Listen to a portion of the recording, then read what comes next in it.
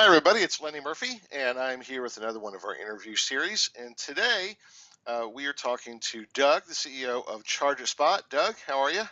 Doing very well. How are you? Good, good. So glad to make the time. Now, I think like many folks may not be familiar with ChargeItSpot. So why don't we just dive right in and tell a little bit about ChargeItSpot, and then we'll go from there. Sure. So we're based in Philadelphia. We're 6 years old. I started the business really initially to solve two key problems that I saw. One is that our phones are constantly dying, and we need our mobile phones for everything we do every day. Yeah. The other problem that we initially set out to solve is that we knew that traditional brick and mortar retailers were dying to find new ways to drive traffic in and keep people shopping for longer, ultimately, so they would buy more things in their stores. And so the business was started as a retail play, as a way to drive people into the stores. Our product allows them to lock up their phone in secure charging lockers where all the cords are provided for the consumer. What ends up happening is people spend much more time in the store because they're there waiting for their phone to charge. And when they spend much more time in the store, our clients have proven that they spend about 29% more at checkout. And that was the whole thesis for the business was, hey, delight guests, get them to spend more time and money in the store, and use the interaction on our smart screen, on our interactive touch screen, to collect key information from consumers. Of course, you need to provide the user a way to get in and out of their locker and to create a secure code, which is what the screen enables. And while they're going through that process, we realize, hey, the retailer wants to learn things like the email address of the people in their store. And so we facilitate that on our screen. And so that really was the evolution of the product. And we then started to realize, which is why we're talking today, Lenny, that there's more information that the user is going to be willing to provide on that screen in exchange for a free phone charge. And that was kind of the beginning of our foray into the research space.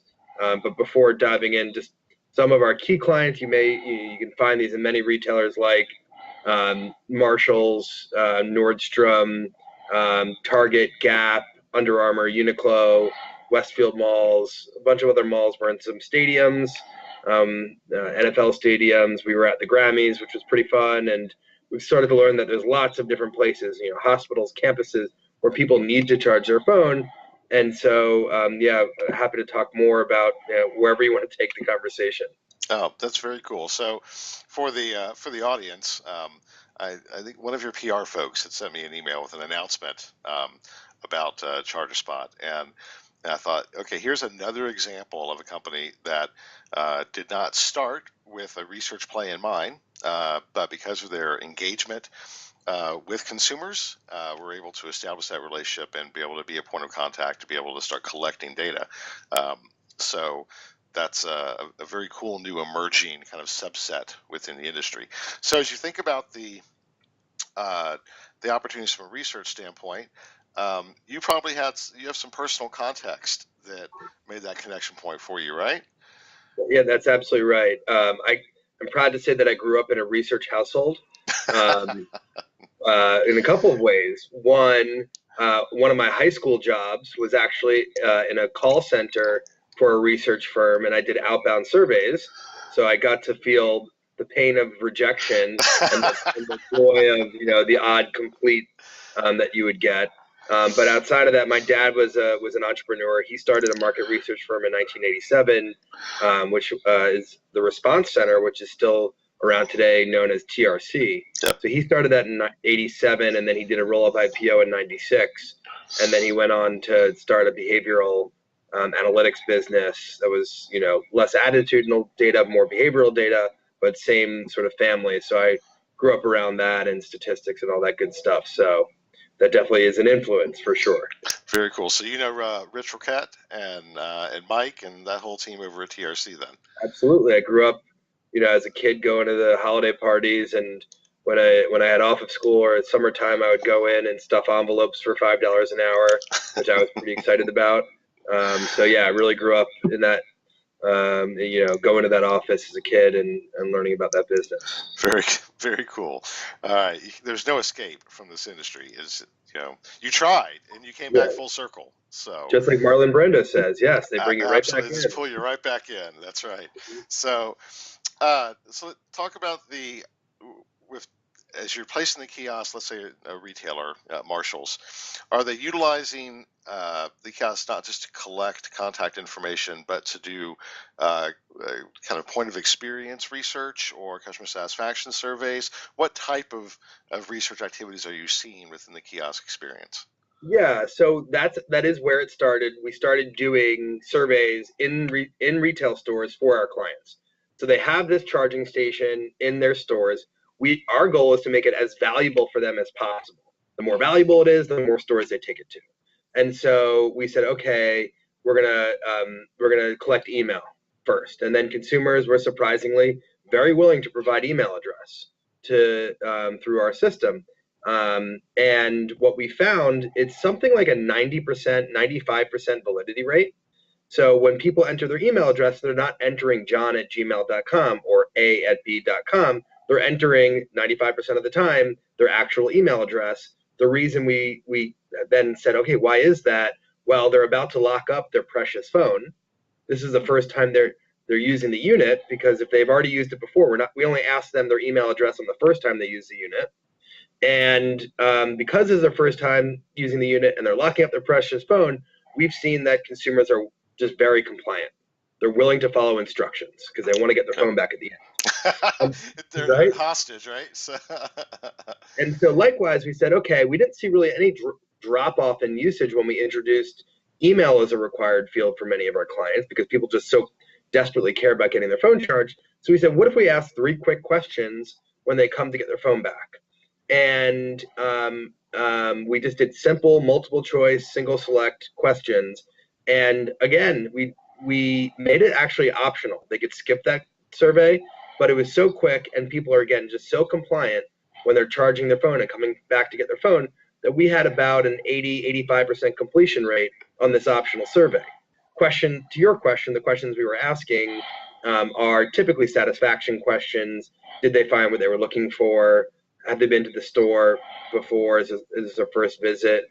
I think the cool thing is we're able to get enough data on a store level to the point where they're getting statistically valid results from their survey questions every month.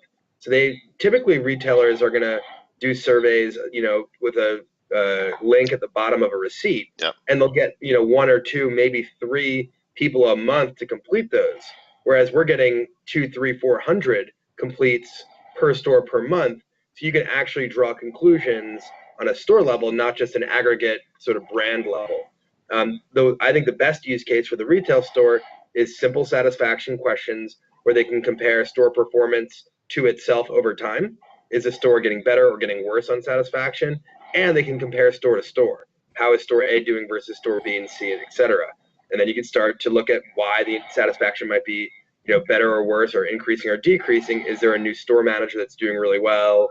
Is there a new store manager that's not doing so well? So I think that was kind of the beginning, and we said, all right, we're doing this well in retail stores, and consumers have said we're willing to provide answers to survey questions in exchange for a free phone charge. How can we extend this, put this into venues like malls, hospitals, campuses, and not make the malls or campuses or hospitals the client, but use that as a venue, and then go to the market research firms and say, hey, you want in-moment completed surveys, we can deliver that to you with consumers on a kiosk, really truly in that moment.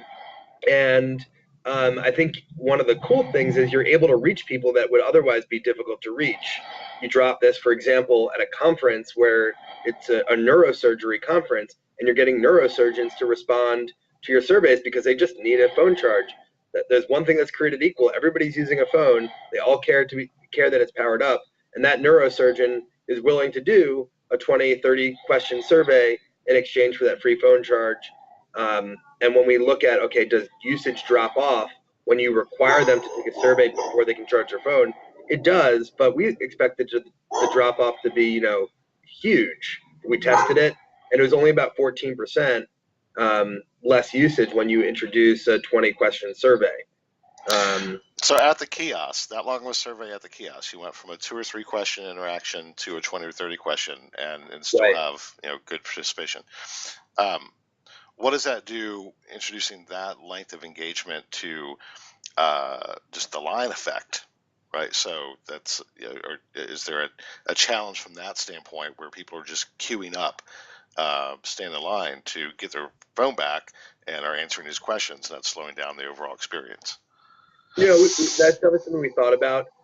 We have tested survey length in terms of length of time, and even for 20 or 30 questions, people are taking 3-4 minutes to complete the survey.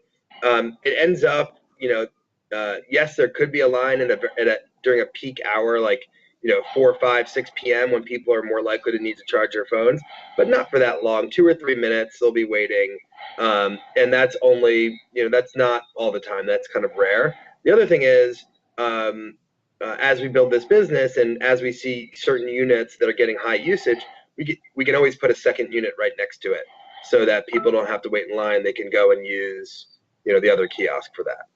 Okay, very cool. So as you think about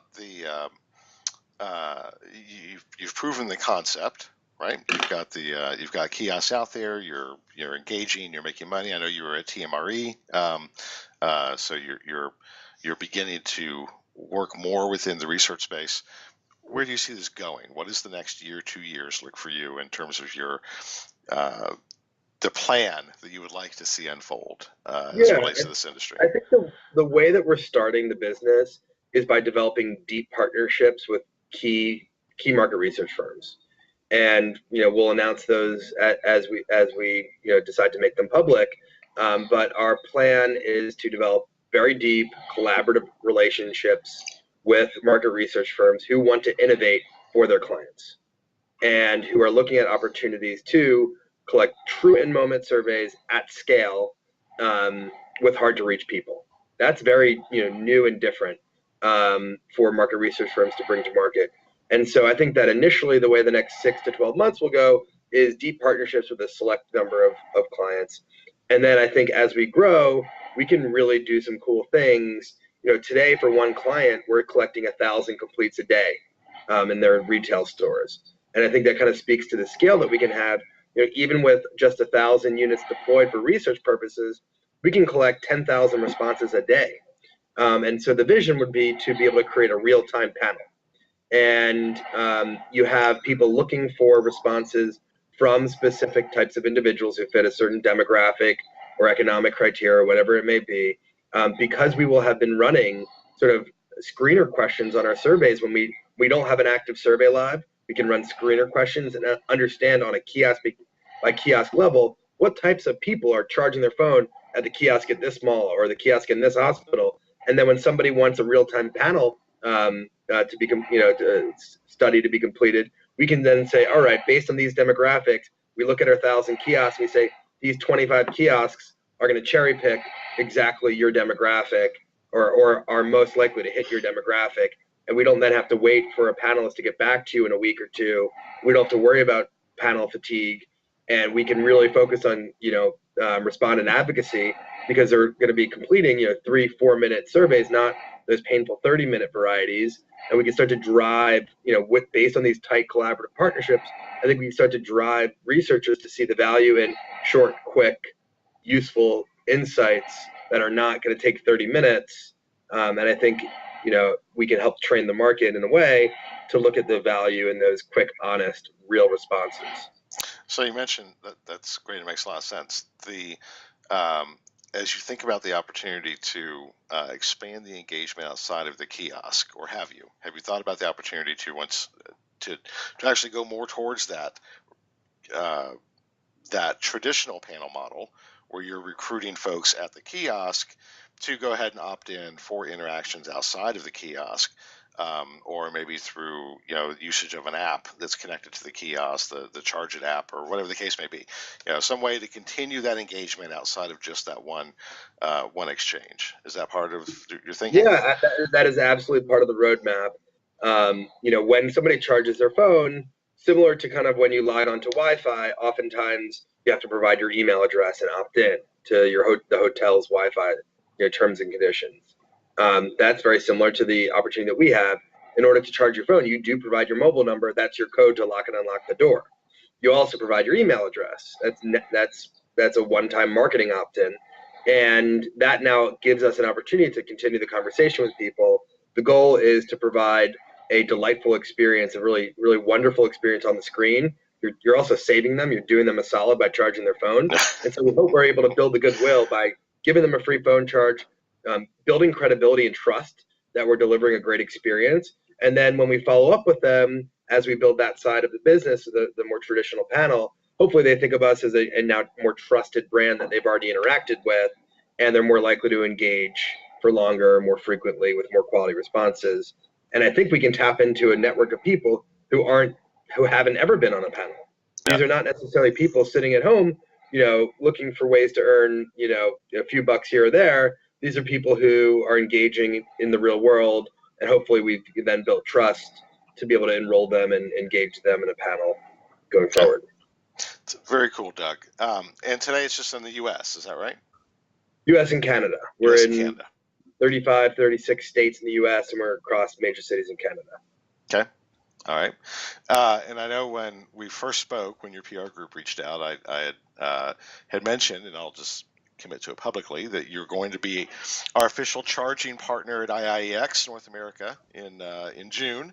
So we plan on that. Very exciting. And probably even IEX Health, since it's in Philly.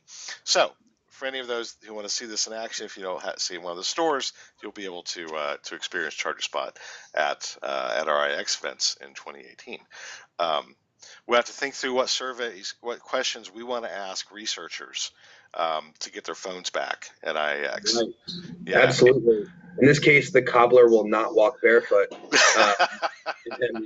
If people want to see a unit live in the world, all you have to do is you have to go onto our website, chargeitspot.com/locations. You can type in your zip code or an address, and you'll be able to see the ChargeItSpot closest to you. You can also download our app. When you do that, next time your battery goes below 30%, and if you're nearby a ChargeItSpot, you'll get an alert, hey, your battery's low, and you can charge at Under Armour at this location. Very, very, very, very, very, very sharp. That's cool. I like that. Doug, this has been great. I'm sure this is not the last time that we will chat. Congratulations on coming full circle back into the research world, even though you probably didn't want to.